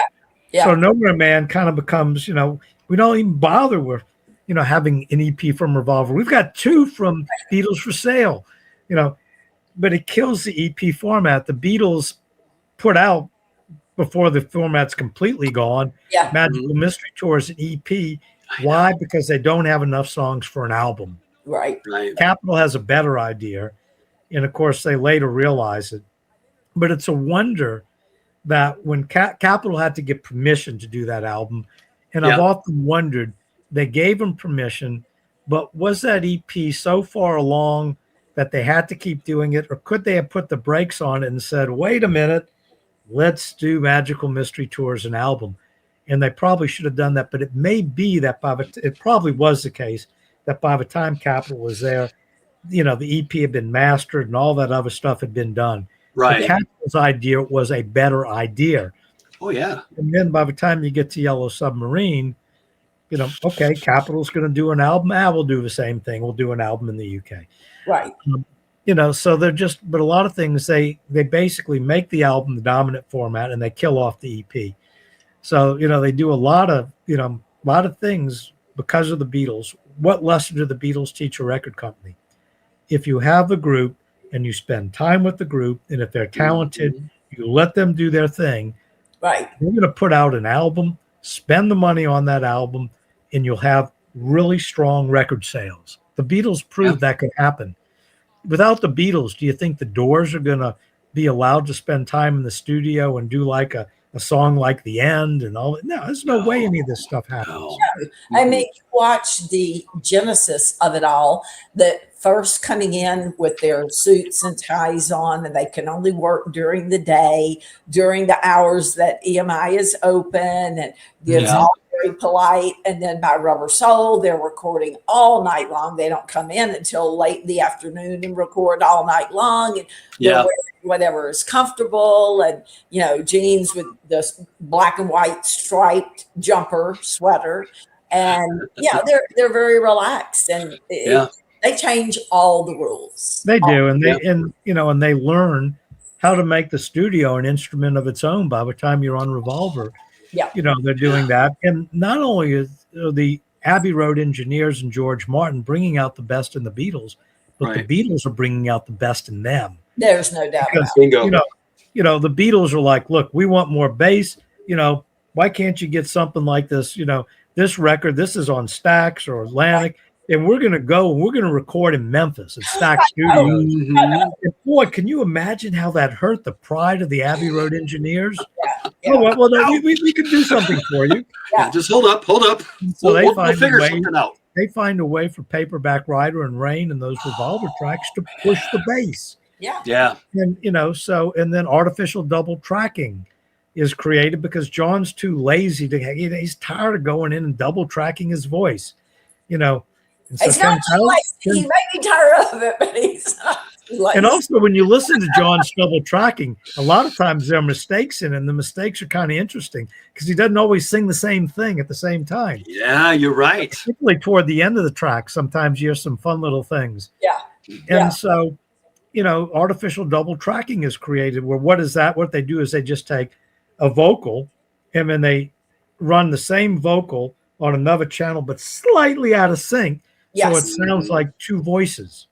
Yeah. And all Big this stereo.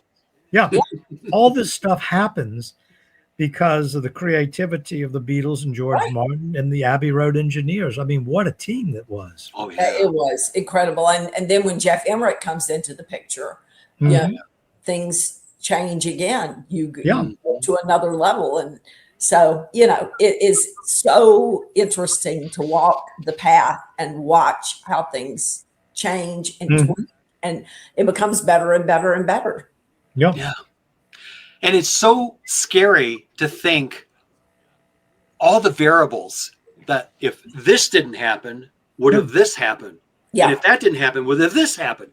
Yeah. So it's really like precariously dangling variations of what could have been and what should have been. I mean, and I'm always a big belief of if you change one thing, it can have all sorts of unintended consequences. It's the old, you know, science fiction thing. If you could go back in time, what would you do? And someone says, well, I would go back in time and stop the assassination of Kennedy. But you couldn't do it for whatever. But if you did, it would have changes that you never would have contemplated. Good changes. You know, we think that there would be good changes, but maybe not. You know, we just don't know. You don't.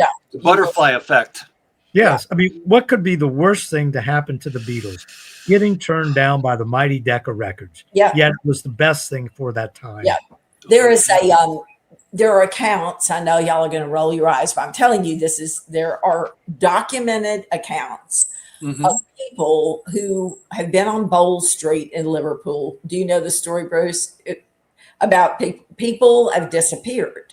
And the scientific explanation for it is that underneath Bowl Street in Liverpool, there is an old train connection, which is a spiral. And it's an electronic train, transport that is still down there and may still be putting off electronic energy. But people have disappeared for as long as 2 or 3 minutes. And they have all said that they have gone back to the late 1950s and the early 1960s. Then they come back and they've got, one story after another, people this has happened to. I was like, why can't I go back? Why can't I go to Bowl Street and just go back and run as fast as I can from Bowl Street over to Matthew Street and say to John Lennon, listen, son, you're in 2025, right before the holidays, 3 people are going to be sitting down having an hour and whatever, 38-minute conversation about all of the things that you did and accomplished. Quit being sad. You're going to change the world. Of course, I can't do that. No, I think what I would do is I would hope that my cell phone went with me and I would run over to the cavern and I would record their concert on my cell phone. Oh, yeah. People would like, what's that strange? Don't worry about it. I just want him to know the impact he's going to make, but that changes everything. That changes. He knows, and he's not the same John Lennon. That's right. And would he try as hard? Yeah. So, I'm already here. Yeah. Here I am.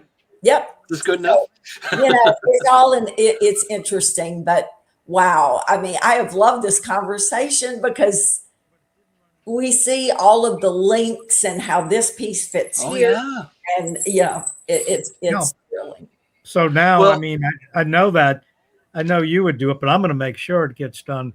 And, Jude, I'm going to ask you to do something. And then I want you to ask me the same thing. Jude, where can people get your wonderful books? That's going to be one of my questions. I love it. Well, the latest 2 books, this is really 1 year, Shades of Life and Some Forever, which is Shades of Life Part 2, can be found at John LennonSeries.com, JohnLennonSeries.com. And this takes you almost day by day through 1965. I mean, I may miss 1 or 2 days, but not many, because every day they were doing something important. I mean, there isn't, when they come back from the North American tour, and every day of the North American tour is in there, but when they come back, they have about 5 days off, and then they're writing Rubber Soul, and then they're in the studio recording Rubber Soul, and that's all in their reception of the MBE and their final UK tour, which is very emotional, is in there day by day. And Bruce, where can people get your book? Well, I have this little website, and it's really easy to remember, but you have to be careful not to add a letter to it.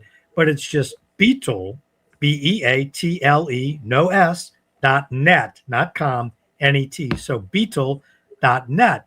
And this is my latest book, Beatles for Sale to Help, which covers the albums, obviously, from a UK perspective of Beatles for Sale and the Help album, but also it is a chapter on the US albums. So Beatles 65, Beatles 6, and the Help soundtrack.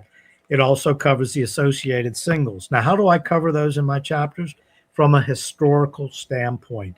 In other words, what if you were living in the UK, and in the UK at that time, they had 4 main music magazines that kids could go to the newsstand and buy, plus an industry one as well. So, you had New Musical Express, you had Melody Maker, you had Record Mirror. I mean, you had all these different things, and that was just truly fabulous. And I will go back to them because I don't want to know what someone thought 20 years later. I want to know what people thought at the time. Right. We don't want to know that some revisionist idiots decided sometime 20 years after the fact that Beatles for Sale is a bad album because look at the Beatles on the cover. They look tired. They couldn't even be bothered to come up with 14 original songs. And when you listen to it, they sound tired. Well, that's not true. And when you read the reviews of Beatles for Sale, they are stellar reviews. The same thing for the Help album.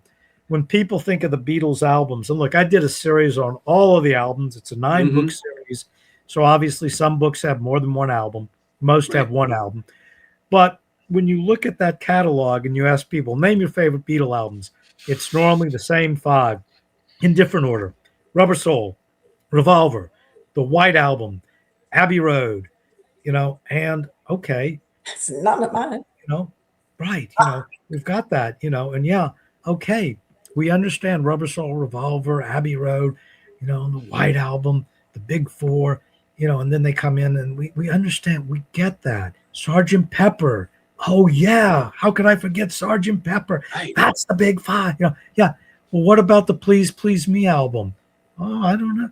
It's great. Listen to it. With the Beatles. Yeah. Or Meet the Beatles, even better because for what we grew up on. Yeah. And all these things. My point is that the Beatles music, all of the albums are really important. And they're all really good. And even from a curiosity standpoint, the Christmas album is important for one simple reason. If you listen to the Christmas flexi discs, one for each of those years, it's a mirror into the Beatles themselves. Yes. The first one, they're dutifully reading Tony Barrow's script. Yeah. The second year, they're making fun of it. John says, it says here in the script. So they're making fun of what they're doing. Page 2. And by the third one, they're doing Auld Lang Syne and singing about bodies floating in the River Jordan. Then they do one where it's like a magical mystery tour of the BBC. Oh, I know, right? They do one that's got these little skits. It's like Sgt. Pepper. And then by the time you get to the last 2, they can't even be bothered to be together in the studio at the same time doing it. And all these little discs reflect what's going on in the life of the Beatles. So while I don't recommend listening to them over and over again, because they're bits and pieces that listen to them just to get a frame of reference of what's going on in the Beatles' mind. It's part of the story. Yeah. And it's also the evolution. Yeah. And read Jude's books and read my books. A lot of people have told me what they love about my books is they can do a deep dive into the albums and read about them at the same time. Yeah. Listen to who played what and all, and also the fan recollections. Oh yeah. You know, it's fun because to me, what I loved about them was that I'm reading this, I'm going, God, that's just like me. Or, gee, I didn't realize there are people out there who related and bonded with their parents over Sergeant Pepper. Who knew? Right. Yet there's stories like I didn't know that, you know, and so, you know, that's the great thing about, you know, these things. You know, Jude and I work hard in what we're doing. It is a labor of love, but Oh yeah. it's also, you know, it's a business. You know, we Very put much so. time in it, and we like getting sales because, quite frankly, we do get some money from it. You know, it's not enough to make a fortune by any means, but one of the things that does scare me about the future is that there are many younger people out there, and this is directed to musicians and authors and everyone. They don't understand that the artists should be compensated and that they shouldn't mind paying for music, paying for books and things like that. And that's a shame. And I hope people realize, you know, that take care of the musicians and the authors, because, you know, we're doing this work, we do it for free, but we shouldn't be not being compensated. Yeah. I agree. Absolutely. Because, I mean, let's be honest. The sheer amount of hours that you guys put in research, in digging, and verifying facts so you don't print anything that's questionable. Yeah. The joke is I tell people as an attorney, I now get $425 an hour. And as a Beatles author, I get $4.25 an hour. Right. Because of the sheer amount of hours. Yeah. So, crazy. It's crazy. So let me ask you both this. Yeah. Okay, you guys got some great books. Jude, your website again? John Lennon Series.com. Bruce, your website? Beatle.net. No S in Beatles. Because it's just Beatle.net. Right. Just like with me. My email address is beetlejames@yahoo.com. Not Beatles, but Beatle. Now, my question to both of you right now, I mean, I know that you're writing this book, and it's a great feeling, and there's so much great information being shared that folks never knew before. But don't come at me. Is there anything in the horizon down the road that you guys are going to be working on? Jude, you go first. Yes. Because you know. I am working right now on the next book in the series, which will be 1966 and part of 1967. It will be entitled She Said, She Said. And I've already covered the chapter in January where the Beatles have been approached about doing another set of interviews with Maureen Cleave. She interviewed them in 1963. She wants to come back and this time meet with each one of them individually. And what could possibly go wrong? Yeah, as soon as you said Maureen, I'm like, oh, I know where this is going. And so John has convinced them to do it because they're like, oh, do we have time to do this? We're trying to get ready to make this LP, which is coming up in a couple of months, and we're having some time off. We're writing, I don't know. And he's like, yes, she's great. She's so, and it's not Maureen's fault what happens at all. But you know, so they're getting ready to do these interviews with her, which will of course spark one of the tragedies of the summer ahead, because they're going to play the Budokan and they're going to be criticized for that. And they're going to go to the Philippines, and you know what happens there. Yes. Truly, they were lucky to get out with their lives. I mean, truly. Yeah, that's no exaggeration either. I mean, they were lucky to get out. Very lucky. And then they go on the 1966 North American tour, and things just couldn't be any worse. And John Lennon has to apologize for it's a 4-hour interview that he does with Maureen Cleave, and two or three inadvertent sentences almost take the 1966 American tour off the books. Yeah. It's just really horrible. And, you know, 66, up until now, the books that I've written have been them climbing, happier, toppermost of the poppermost. I mean, you opened Some Forever with Shea Stadium, 1965. An event so big that when George Harrison is asked about doing Shea Stadium 1966, he says, did we play Shea Stadium in 1966? Yeah, right. They don't even remember it because it's overshadowed by 65. 65 is the year. That's just the first story. So it's been happy. But now, I mean, reluctantly, I've dipped my toe into 1966 because things for them after that become a little bit more complicated and a little bit darker and a little bit unhappier. And we know what we're headed for. You know? Yeah. I wish I could change things, but we're headed for the breakup. It's going to happen. Yeah. So, Jude, when do you think that's going to be released officially?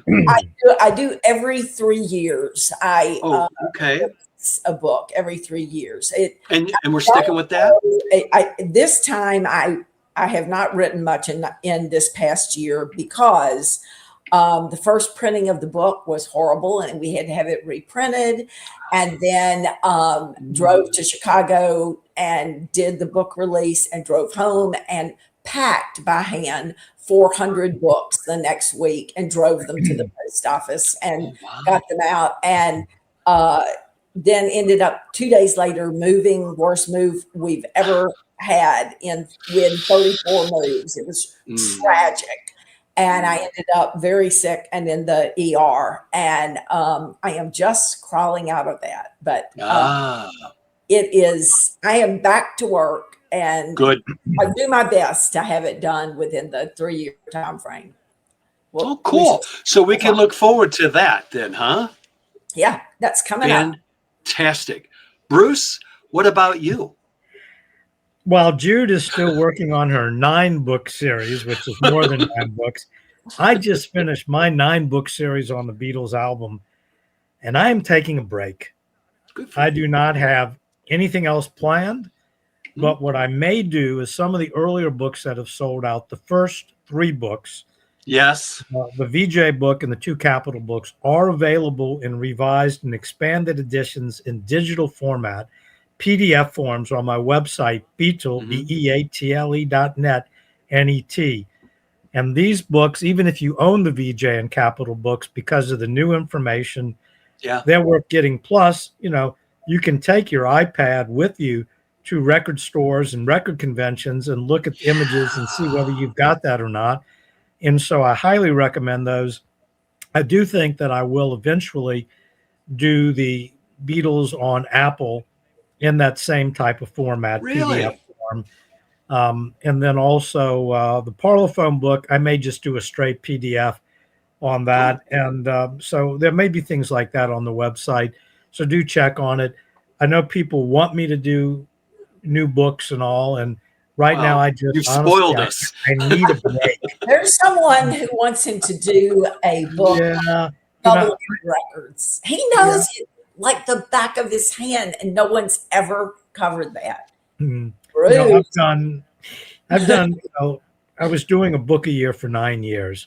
I know. And I really need a break. And I figure if I don't write another book on the Beatles, I've already, I feel, done my part to it.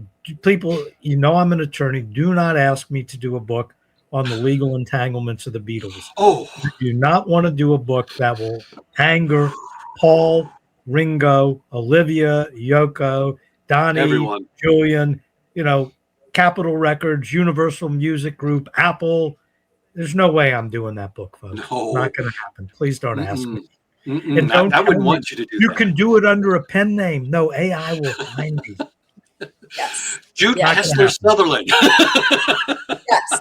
I asked a question early on when AI first came out, and AI said, well, why do you need to know that? Which I thought was interesting. I mean, this is Copilot. And I said, because I'm writing, well, they do get chatty with you. They'll ask things like that. It's just an odd question. And I said, because I'm writing a 9-volume series on the life of John Lennon. And then Copilot said, you must be Jude Southerland Kessler. So they will, you're right, Bruce, they will find you. They will find you. They know That's you.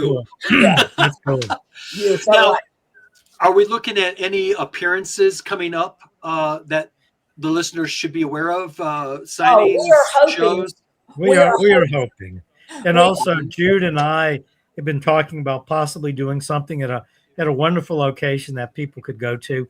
Oh. And we're thinking about different things. Yeah. So we certainly hope that Beatle conventions continue to be a thing. Yes. And and there are other things. And as Jude and I have said, there are lesser ones that maybe just Beatle friends could just get together and call each other up and go, hey, let's go to Fab Fest in Charlotte this year. We'll meet up there. Why not? Or the EF4 Fest in Asbury Park, New Jersey. Yeah. They're doing that again next November. Yeah, and Revolver. On Revolver, the 60th. I've written about Revolver, obviously, in a book called Rubber Soul to Revolver. Yeah, okay. Love it. Love it. Yeah, so there are things, but we really are hoping that the Fest for Beatles fans, which is beloved, will continue next year. And Mark and Carol Lapidos have said they will let us know first of the year. So this is going to be me. Happy New Year! Run to the computer. Right. And for those of you that have made it this far, and it's like about the 2-hour point, I think it's time for us to sign off. But thanks so much, James, for putting it together. It's really great doing. I just love doing stuff with Jude because it's so easy for us to just converse. And thanks for letting the interview go where it went. We really appreciate that. That's the mark of a great interviewer, is to let it go where it goes. Thank you. Well, I'll tell you this. If I can ever be of service to both of you, please sound off. I'm happy to help out. And when, not if, but when I see you at the Chicago Beatle Fest for Fest for Beatle fans, there you go. I will definitely come up and say hello and get my book signed and hang out and maybe we'll get a drink or something, have some good laughs. I love it. Sounds great. Thank you. Happy holidays, everyone. Yes, indeed. Thank you so much, you guys. For Beatles-A-Rama Radio and TV, I'm James D. Jones, and with me right now is Bruce Spizer and Jude Southerland Kessler. And for that, we all want to say thank you for tuning in, and be sure to check out their books. You will not be disappointed. One more time, Bruce, give everyone your website again. Beatle.net. Beatle.net. N-E-T. And Jude? John Lennon Series.com. There you are, folks. Go check it out today, and you will not be disappointed. And we're probably going to end up doing some more interviews with you guys because you're too fun. Love to do it. All right. We'll tell you what, with that, folks, for Beatles-A-Rama Radio and TV, we say thank you. And till next time, take care.